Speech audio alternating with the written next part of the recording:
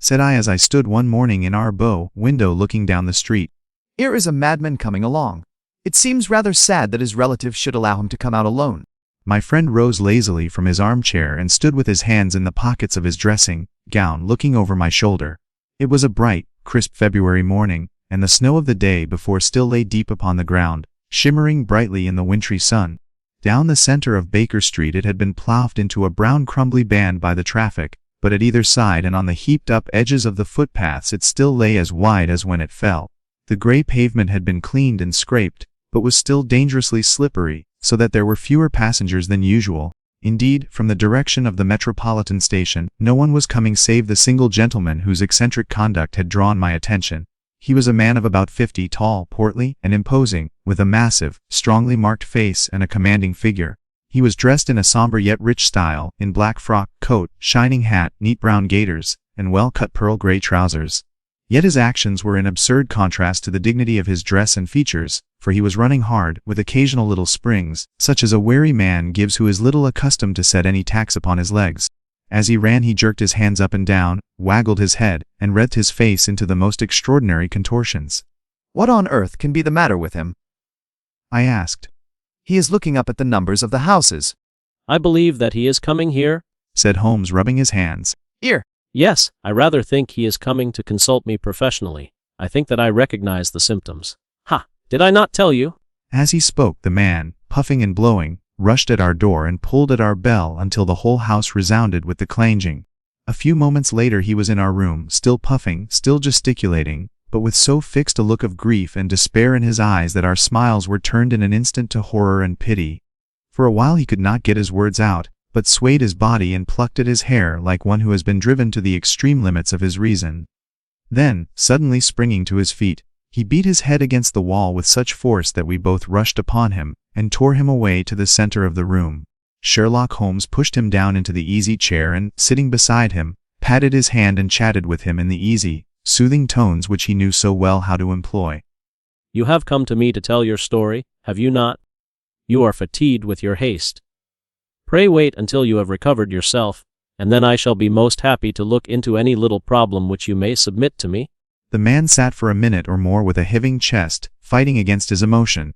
Then he passed his handkerchief over his brow, set his lips tight, and turned his face towards us. No doubt you think me mad. I see that you have had some great trouble, responded Holmes. God knows I have.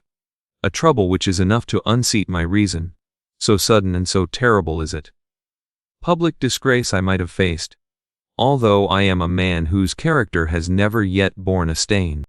Private affliction also is the lot of every man, but the two coming together, and in so frightful a form, have been enough to shake my very soul. Besides, it is not I alone. The very noblest in the land may suffer, unless some way be found out of this horrible affair. Pray compose yourself, sir, said, and let me have a clear account of who you are, and what it is that has befallen you. My name, answered our visitor, is probably familiar to your ears. I am Alexander Holder, of the banking firm of Holder and Stevenson, of Threadneedle Street. The name was indeed well known to us as belonging to the senior partner in the second largest private banking concern in the City of London. What could have happened, then, to bring one of the foremost citizens of London to this most pitiable pass? We waited, all curiosity, until with another effort he braced himself to tell his story. I feel that time is of value, said he. That is why I hastened here, when the police inspector suggested that I should secure your co-operation. I came to Baker Street by the Underground, and hurried from there on foot, for the cabs go slowly through the snow. That is why I was so out of breath, for I am a man who takes very little exercise. I feel better now, and I will put the facts before you as shortly and yet as clearly as I can. It is, of course, well known to you that in a successful banking business, as much depends upon our being able to find remunerative investments for our funds, as upon our increasing our connection, and the number of our depositors. One of our most lucrative means of laying out money is in the shape of loans, where the security is unimpeachable. We have done a good deal in this direction during the last few years, and there are many noble families to whom we have advanced large sums upon the security of their pictures, libraries, or plate. Yesterday morning I was seated in my office at the bank, when a card was brought in to me by one of the clerks. I started when I saw the name, for it was that of none other than— well, perhaps even to you I had better say no more than that it was a name which is a household word all over the earth. One of the highest, noblest, most exalted names in England. I was overwhelmed by the honor and attempted, when he entered, to say so, but he plunged at once into business, with the air of a man who wishes to hurry quickly through a disagreeable task. Mr. Holder, said he, I have been informed that you are in the habit of advancing money. the firm does so when the security is good, I answered. It is absolutely essential to me, said he, that I should have 50,000 at once. I could, of course, borrow so trifling a sum 10 times over from my friends, but I much prefer to make it a matter of business and to carry out that business myself. In my position you can readily understand that it is unwise to place one's self under obligations. For how long, may I ask, do you want this sum? I asked. Next Monday I have a large sum due to me, and I shall then most certainly repay what you advance, with whatever interest you think it right to charge. But it is very essential to me that the money should be paid at once. I should be happy to advance it without further parley from my own private purse, said I, were it not that the strain would be rather more than it could bear. If, on the other hand, I am to do it in the name of the firm, then in justice to my partner I must insist that, even in your case, every businesslike precaution should be taken. I should much prefer to have it so, said he, raising up a square, black morocco case which he had laid beside his chair. You have doubtless heard of the Beryl Coronet. One of the most precious public possessions of the empire, said I. Precisely. He opened the case, and there, embedded in soft, flesh-colored velvet, lay the magnificent piece of jewelry which he had named. There are 39 enormous barrels, said he, and the price of the gold chasing is incalculable. The lowest estimate would put the worth of the coronet at double the sum which I have asked. I am prepared to leave it with you as my security.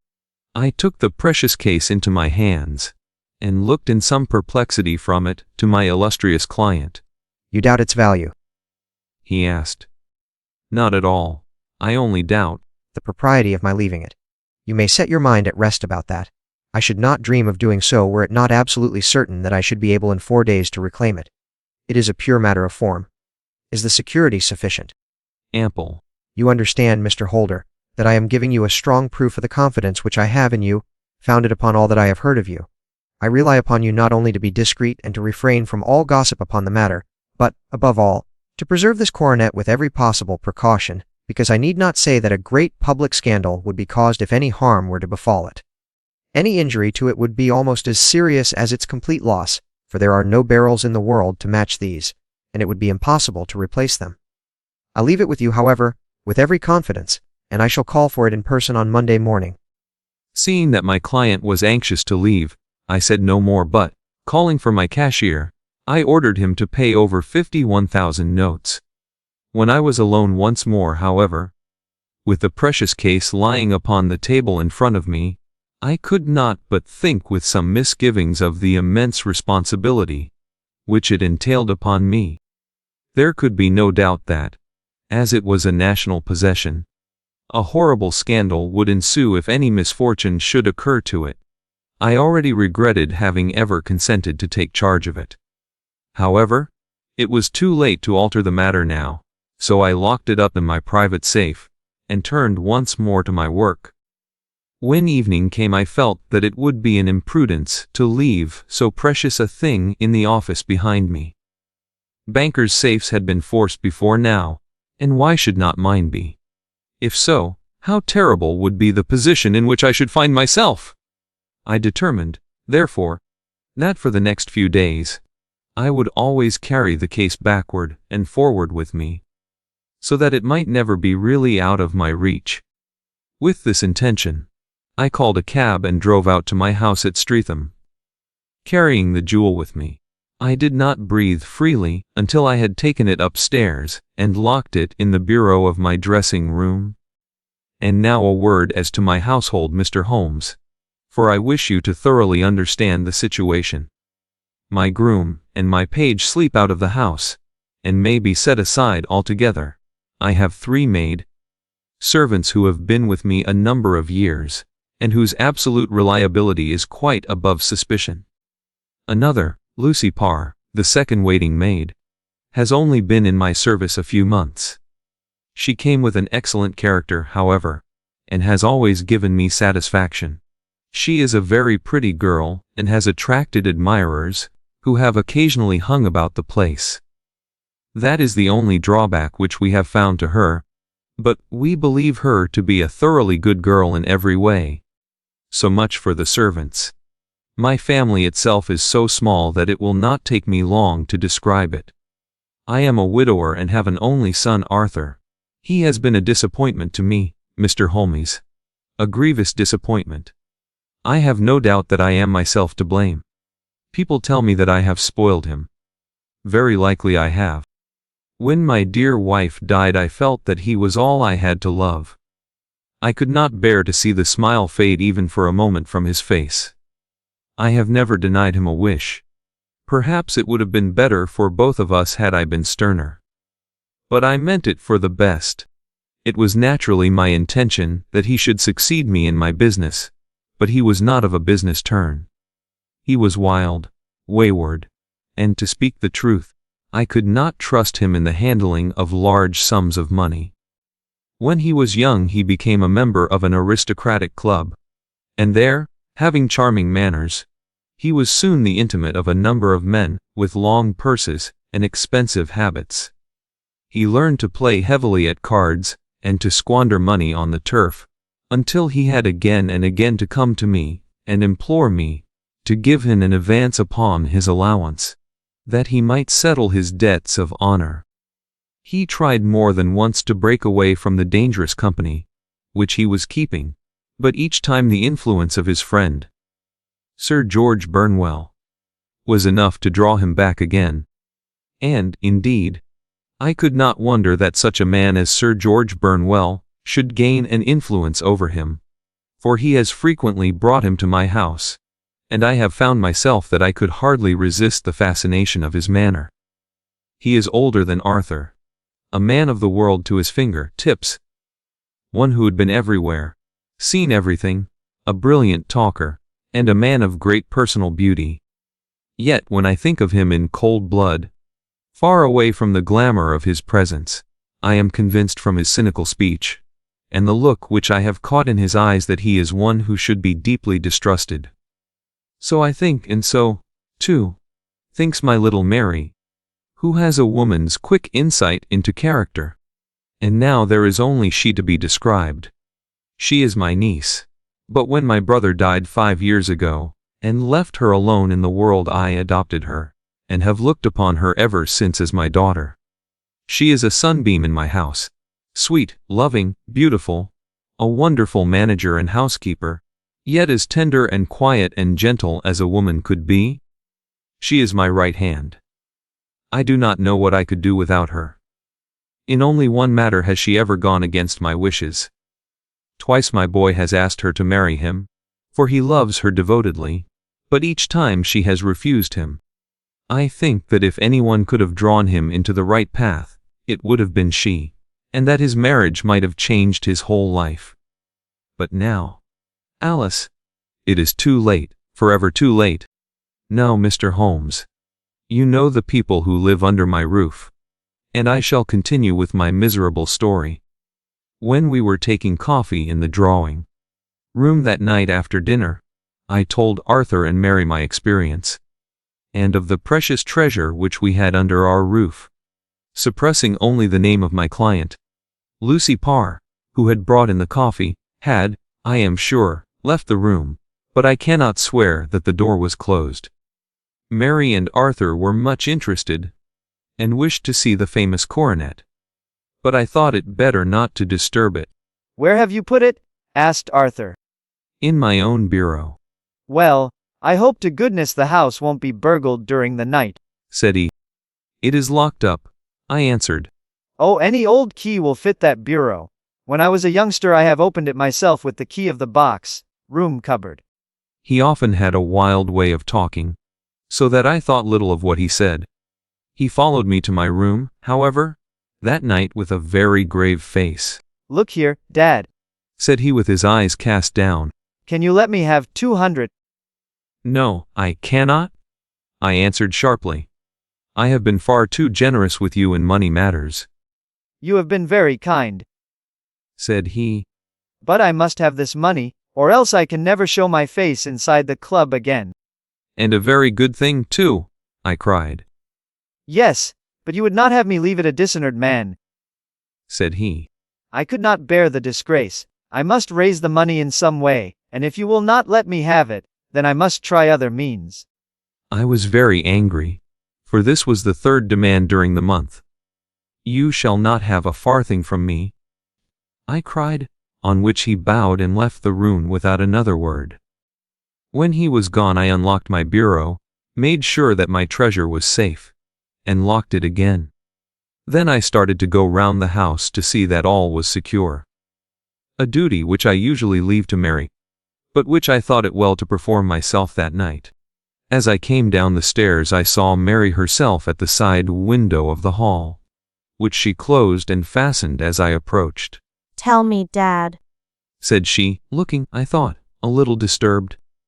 Did you give Lucy, the maid, leave to go out tonight? Certainly not.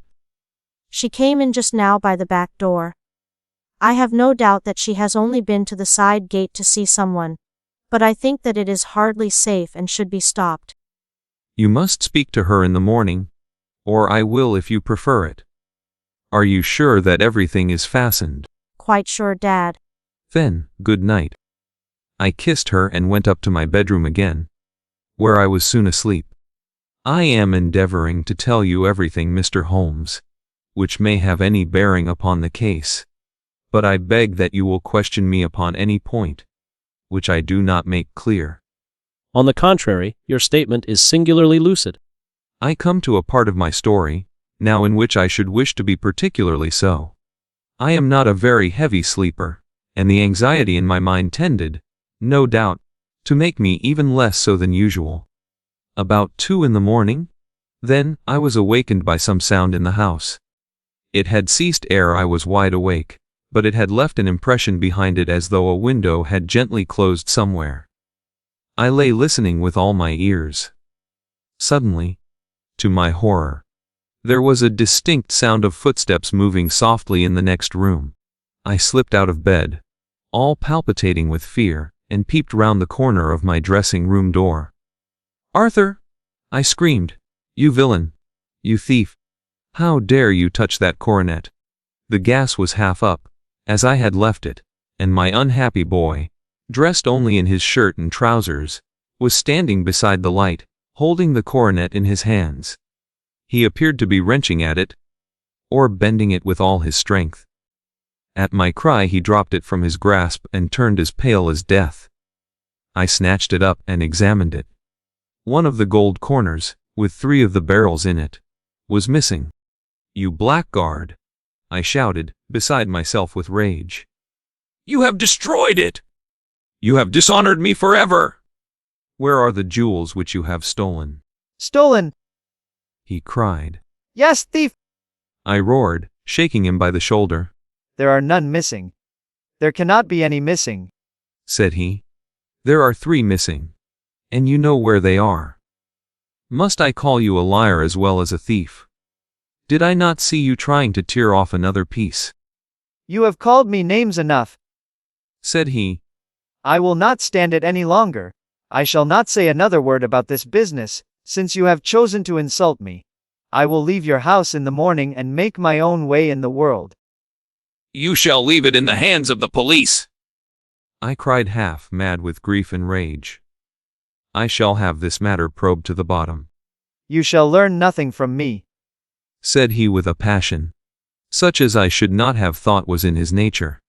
If you choose to call the police, let the police find what they can. By this time the whole house was astir, for I had raised my voice in my anger. Mary was the first to rush into my room. And, at the sight of the coronet and of Arthur's face, she read the whole story, and, with a scream, fell down senseless on the ground. I sent the housemaid for the police, and put the investigation into their hands at once. When the inspector and a constable entered the house, Arthur, who had stood sullenly with his arms folded, asked me whether it was my intention to charge him with theft. I answered that it had ceased to be a private matter, but had become a public one. Since the ruined coronet was national property, I was determined that the law should have its way in everything. At least, Said he, you will not have me arrested at once. It would be to your advantage as well as mine if I might leave the house for 5 minutes. that you may get away, or perhaps that you may conceal what you have stolen, said I, and then, realizing the dreadful position in which I was placed, I implored him to remember that not only my honor, but that of one who was far greater than I was at stake, and that he threatened to raise a scandal which would convulse the nation. He might avert it all if he would but tell me what he had done with the 3 missing stones. You may as well face the matter, said I. You have been caught in the act, and no confession could make your guilt more heinous. If you but make such reparation as is in your power, by telling us where the barrels are, all shall be forgiven and forgotten. Keep your forgiveness for those who ask for it, He answered, turning away from me with a sneer. I saw that he was too hardened for any words of mine to influence him. There was but one way for it. I called in the inspector and gave him into custody. A search was made at once not only of his person, but of his room and of every portion of the house, where he could possibly have concealed the gems. But no trace of them could be found, nor would the wretched boy open his mouth for all our persuasions and our threats. This morning he was removed to a cell, and I, after going through all the police formalities, have hurried round to you to implore you to use your skill in unraveling the matter. The police have openly confessed that they can at present make nothing of it. You may go to any expense which you think necessary. I have already offered a reward of 1,000. My God, what shall I do? I have lost my honor, my gems, and my son in one night. Oh, what shall I do? He put a hand on either side of his head and rocked himself to and fro, droning to himself like a child whose grief has got beyond words. Sherlock Holmes sat silent for some few minutes, with his brows knitted and his eyes fixed upon the fire. Do you receive much company? He asked. None save my partner with his family, and an occasional friend of Arthur's. Sir George Burnwell has been several times lately. No one else, I think. Do you go out much in society? Arthur does. Mary and I stay at home. We neither of us care for it. That is unusual in a young girl. She is of a quiet nature. Besides, she is not so very young. She is 24. This matter, from what you say, seems to have been a shock to her also. Terrible. She is even more affected than I. You have neither of you any doubt as to your son's guilt. How can we have when I saw him with my own eyes with the coronet in his hands? I hardly consider that a conclusive proof. Was the remainder of the coronet at all injured? Yes, it was twisted. Do you not think, then, that he might have been trying to straighten it? God bless you! You are doing what you can for him and for me. But it is too heavy a task. What was he doing there at all? If his purpose were innocent, why did he not say so? Precisely. And if it were guilty, why did he not invent a lie? His silence appears to me to cut both ways. There are several singular points about the case. What did the police think of the noise which awoke you from your sleep? They considered that it might be caused by Arthur's closing his bedroom door. A likely story! As if a man bent on felony would slam his door so as to wake a household. What did they say, then, of the disappearance of these gems? They are still sounding the planking and probing the furniture in the hope of finding them. Have they thought of looking outside the house? Yes, they have shown extraordinary energy. The whole garden has already been minutely examined. Now, my dear sir, said Holmes, Is it not obvious to you now that this matter really strikes very much deeper than either you or the police were at first inclined to think? It appeared to you to be a simple case. To me it seems exceedingly complex. Consider what is involved by your theory.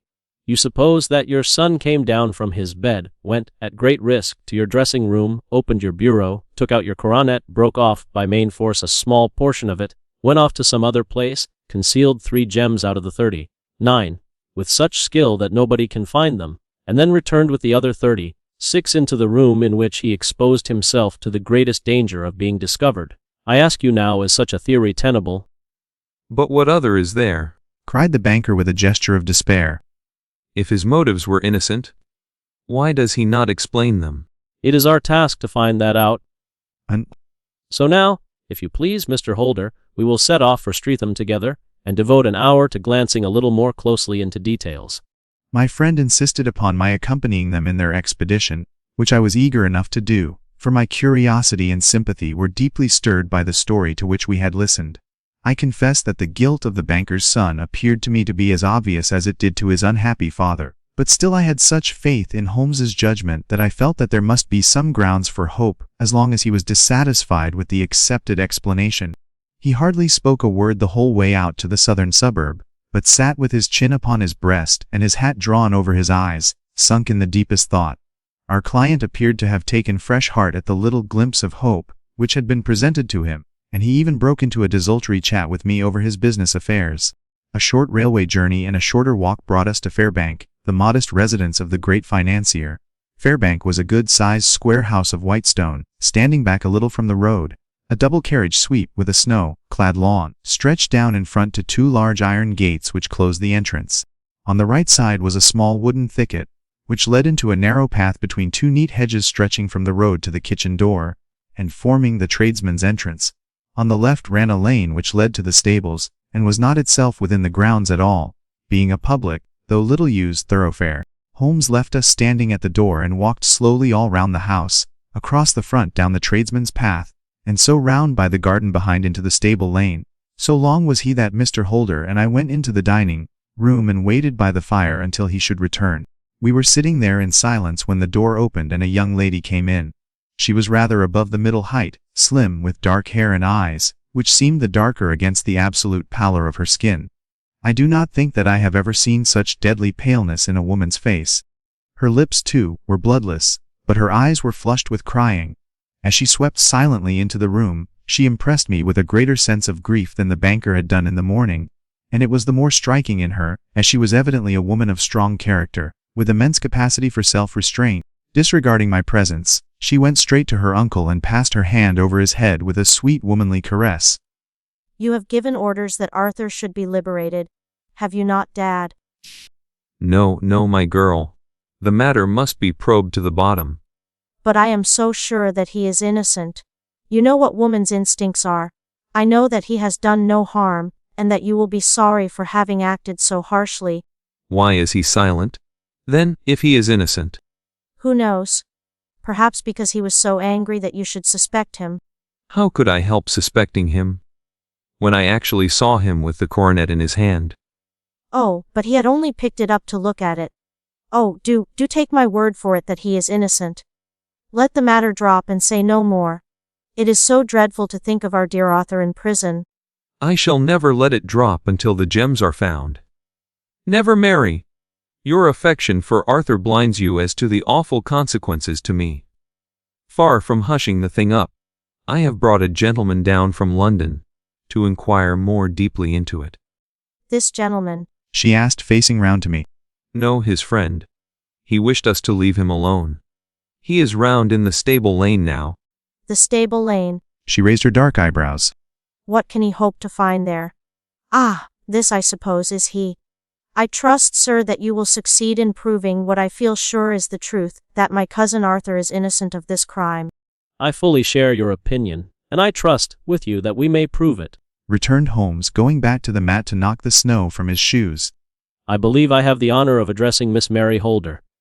Might I ask you a question or two? Pray do, sir, if it may help to clear this horrible affair up. You heard nothing yourself last night? Nothing, until my uncle here began to speak loudly. I heard that and I came down. You shut up the windows and doors the night before. Did you fasten all the windows? Were they all fastened this morning? Yeah. You have a maid who has a sweetheart? I think that you remarked to your uncle last night that she had been out to see him. Yes, and she was the girl who waited in the drawing room, and who may have heard Uncle's remarks about the coronet. I see. You infer that she may have gone out to tell her sweetheart, and that the two may have planned the robbery. What is the good of all these vague theories? cried the banker impatiently. When I have told you that I saw Arthur with the coronet in his hands. Wait a little, Mr. Holder. We must come back to that. About this girl, Miss Holder.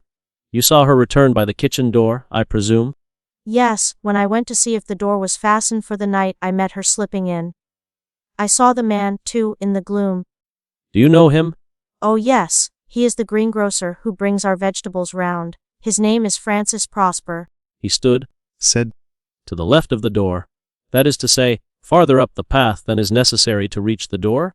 He did. And he is a man with a wooden leg. something like fear sprang up in the young lady's expressive black eyes. Why, you are like a magician. Said she.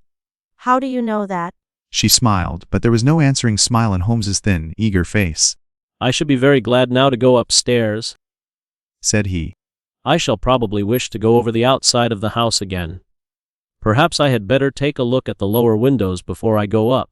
He walked swiftly round from one to the other, pausing only at the large one which looked from the hall onto the stable lane. This he opened and made a very careful examination with a sill with his powerful magnifying lens. Now we shall go upstairs, said he at last. The banker's dressing room was a plainly furnished little chamber, with a grey carpet, a large bureau, and a long mirror. Holmes went to the bureau first and looked hard at the lock. Which key was used to open it? He asked. That which my son himself indicated. That of the cupboard of the lumber room. Have you it here? That is it on the dressing table. Sherlock Holmes took it up and opened the bureau. It is a noiseless lock. Said he. It is no wonder that it did not wake you. This case, I presume, contains the coronet. We must have a look at it. He opened the case, and taking out the diadem he laid it upon the table. It was a magnificent specimen of the jeweller's art, and the 36 stones were the finest that I have ever seen. At one side of the coronet was a cracked edge, where a corner holding 3 gems had been torn away. Now, Mr. Holder, Said Holmes. here is the corner which corresponds to that which has been so unfortunately lost. Might I beg that you will break it off? The banker recoiled in horror. I should not dream of trying. Said he. Then I will. Holmes suddenly bent his strength upon it, but without result. I feel it give a little. Said he. But, though I am exceptionally strong in the fingers, it would take me all my time to break it. An ordinary man could not do it. Now, what do you think would happen if I did break it, Mr. Holder? There would be a noise like a pistol shot. Do you tell me that all this happened within a few yards of your bed, and that you heard nothing of it? I do not know what to think. It is all dark to me. But perhaps it may grow lighter as we go.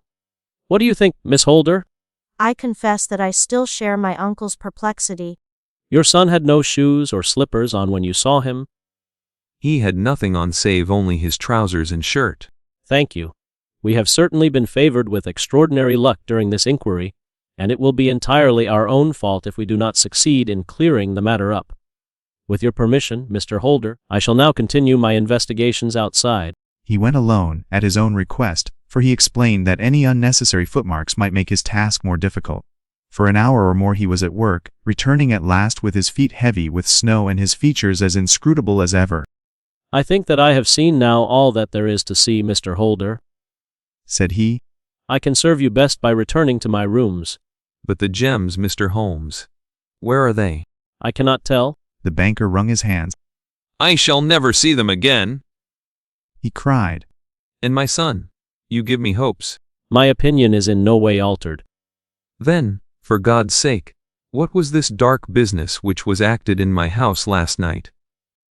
If you can call upon me at my Baker Street rooms tomorrow morning between 9 and 10, I shall be happy to do what I can to make it clearer. I understand that you give me carte blanche to act for you, provided only that I get back the gems, and that you place no limit on the sum I may draw. I would give my fortune to have them back. Very good. I shall look into the matter between this and then. Goodbye. It is just possible that I may have to come over here again before evening. It was obvious to me that my companion's mind was now made up about the case, although what his conclusions were was more than I could even dimly imagine. Several times during our homeward journey I endeavored to sound him upon the point, but he always glided away to some other topic, until at last I gave it over in despair. It was not yet 3 when we found ourselves in our rooms once more. He hurried to his chamber, and was down again in a few minutes dressed as a common loafer. With his collar turned up, his shiny, seedy coat, his red cravat, and his worn boots, he was a perfect sample of the class. I think that this should do, said he, glancing into the glass above the fireplace.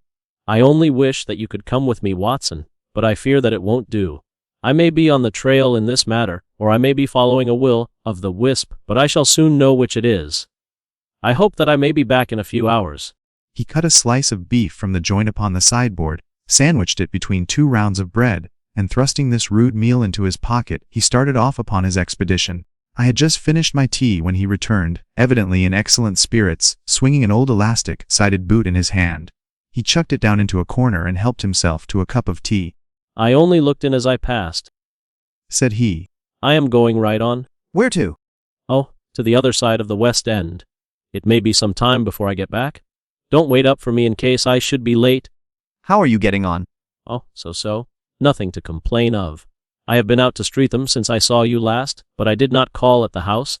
It is a very sweet little problem, and I would not have missed it for a good deal. However, I must not sit gossiping here, but must get these disreputable clothes off and return to my highly respectable self. I could see by his manner that he had stronger reasons for satisfaction than his words alone would imply.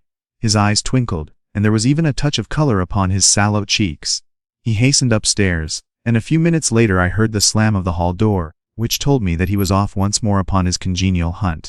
I waited until midnight, but there was no sign of his return, so I retired to my room. It was no uncommon thing for him to be away for days and nights on end when he was hot upon a scent, so that his lateness caused me no surprise. I do not know at what hour he came in, but when I came down to breakfast in the morning there he was with a cup of coffee in one hand and the paper in the other, as fresh and trim as possible. You will excuse my beginning without you, Watson, said he. But you remember that our client has rather an early appointment this morning. Why, it is after 9 now? I should not be surprised if that were he. I thought I heard a ring. It was indeed our friend the financier. I was shocked by the change which had come over him, for his face, which was naturally of a broad and massive mode, was now pinched and fallen in, while his hair seemed to me at least a shade whiter. He entered with a weariness and lethargy which was even more painful than his violence of the morning before, and he dropped heavily into the armchair which I pushed forward for him. I do not know what I have done to be so severely tried, said he.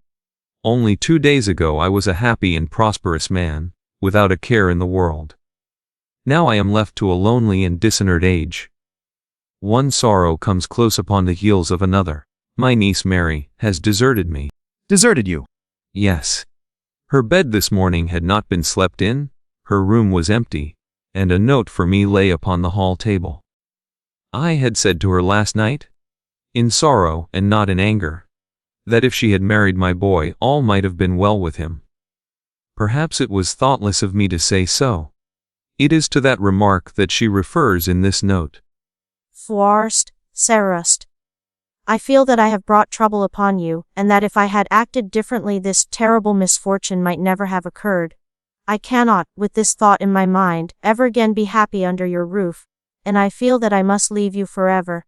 Do not worry about my future, for that is provided for, and above all, do not search for me, for it will be fruitless labor and an ill service to me. In life or in death, I am ever your loving my. What could she mean by that note, Mr. Holmes? Do you think it points to suicide? No, nothing of the kind. It is perhaps the best possible solution. I trust, Mr. Holder, that you are nearing the end of your troubles. Ha! You say so! You have heard something, Mr. Holmes. You have learned something. Where are the gems? You would not think 1,000 apiece an excessive sum for them? I would pay 10. That would be unnecessary. 3,000 will cover the matter, and there is a little reward, I fancy. Have you your cheque book? Here is a pen. Better make it out for 4,000. With a dazed face the banker made out the required check. Holmes walked over to his desk, took out a little triangular piece of gold with 3 gems in it, and threw it down upon the table. With a shriek of joy our client clutched it up. You have it. I am saved. The reaction of joy was as passionate as his grief had been, and he hugged his recovered gems to his bosom. There is one other thing you owe, Mr. Holder, said Sherlock Holmes rather sternly. He caught up a pen. Name the sum, and I will pay it. No, the debt is not to me. You owe a very humble apology to that noble lad, your son, who has carried himself in this matter as I should be proud to see my own son do, should I ever chance to have one. Then it was not Arthur who took them. I told you yesterday, and I repeat today that it was not. You are sure of it? Then let us hurry to him at once to let him know that the truth is known. He knows it already. When I had cleared it all up, I had an interview with him, and finding that he would not tell me the story, I told it to him, on which he had to confess that I was right and to add the very few details which were not yet quite clear to me. Your news of this morning, however, may open his lips. For heaven's sake, tell me, then, what is this extraordinary mystery? I will do so, and I will show you the steps by which I reached it. And let me say to you, first, that which it is hardest for me to say and for you to hear, there has been an understanding between Sir George Burnwell and your niece Mary. They have now fled together. My Mary, impossible. It is unfortunately more than possible, it is certain. Neither you nor your son knew the true character of this man when you admitted him into your family circle. He is one of the most dangerous men in England, a ruined gambler, an absolutely desperate villain, a man without heart or conscience. Your niece knew nothing of such men. When he breathed his vows to her, as he had done to 100 before her, she flattered herself that she alone had touched his heart. The devil knows best what he said, but at least she became his tool, and was in the habit of seeing him nearly every evening. I cannot, and I will not, believe it, cried the banker with an ashen face. I will tell you, then, what occurred in your house last night. Your niece, when you had, as she thought, gone to your room, slipped down and talked to her lover through the window which leads into the stable lane. His footmarks had pressed right through the snow, so long had he stood there. She told him of the coronet. His wicked lust for gold kindled at the news, and he bent her to his will. I have no doubt that she loved you, but there are women in whom the love of a lover extinguishes all other loves, and I think that she must have been one. She had hardly listened to his instructions when she saw you coming downstairs, on which she closed the window rapidly, and told you about one of the servants' escapade with her wooden-legged lover, which was all perfectly true. Your boy, Arthur, went to bed after his interview with you, but he slept badly on account of his uneasiness about his club debts. In the middle of the night he heard a soft tread pass his door, so he rose and, looking out, was surprised to see his cousin walking very stealthily along the passage, until she disappeared into your dressing-room. Petrified with astonishment, the lad slipped on some clothes and waited there in the dark to see what would come of this strange affair. Presently she emerged from the room again, and in the light of the passage lamp your son saw that she carried the precious coronet in her hands. She passed down the stairs, and he, thrilling with horror, ran along and slipped behind the curtain near your door, whence he could see what passed in the hall beneath. He saw her stealthily open the window, hand out the coronet to someone in the gloom, and then closing it once more hurry back to her room, passing quite close to where he stood hid behind the curtain. As long as she was on the scene, he could not take any action without a horrible exposure of the woman whom he loved. But the instant that she was gone he realized how crushing a misfortune this would be for you, and how all-important it was to set it right. He rushed down, just as he was, in his bare feet, opened the window, sprang out into the snow, and ran down the lane, where he could see a dark figure in the moonlight. Sir George Burnwell tried to get away, but Arthur caught him, and there was a struggle between them, your lad tugging at one side of the coronet, and his opponent at the other. In the scuffle, your son struck Sir George, and cut him over the eye. Then something suddenly snapped, and your son, finding that he had the coronet in his hands, rushed back, closed the window, ascended to your room, and had just observed that the coronet had been twisted in the struggle, and was endeavoring to straighten it when you appeared upon the scene. Is it possible? Gasped the banker. You then roused his anger by calling him names at a moment when he felt that he had deserved your warmest thanks. He could not explain the true state of affairs without betraying one who certainly deserved little enough consideration at his hands. He took the more chivalrous view, however, and preserved her secret. And that was why she shrieked and fainted when she saw the coronet, cried Mr. Holder. Oh my God! What a blind fool I have been! And his asking to be allowed to go out for 5 minutes! The dear fellow wanted to see if the missing piece were at the scene of the struggle. How cruelly I have misjudged him! When I arrived at the house, Continued. I at once went very carefully round it to observe if there were any traces in the snow which might help me. I knew that none had fallen since the evening before, and also that there had been a strong frost to preserve impressions. I passed along the tradesman's path, but found it all trampled down and indistinguishable. Just beyond it, however, at the far side of the kitchen door, a woman had stood and talked with a man, whose round impressions on one side showed that he had a wooden leg. I could even tell that they had been disturbed, for the woman had run back swiftly to the door, as was shown by the deep toe and light heel marks, while wooden leg had waited a little, and then had gone away. I thought at the time that this might be the maid and her sweetheart, of whom you had already spoken to me, and inquiry showed it was so. I passed round the garden without seeing anything more than random tracks, which I took to be the police, but when I got into the stable lane, a very long and complex story was written in the snow in front of me. There was a double line of tracks of a booted man, and a second double line which I saw with delight belonged to a man with naked feet. I was at once convinced from what you had told me that the latter was your son. The first had walked both ways, but the other had run swiftly, and as his tread was marked in places over the depression of the boot, it was obvious that he had passed after the other. I followed them up, and found they led to the hall window, where Boots had worn all the snow away while waiting. Then I walked to the other end, which was 100 yards or more down the lane. I saw where Boots had faced round, where the snow was cut up as though there had been a struggle, and, finally, where a few drops of blood had fallen, to show me that I was not mistaken. Boots had then run down the lane, and another little smudge of blood showed that it was he who had been hurt. When he came to the high road at the other end, I found that the pavement had been cleared, so there was an end to that clue.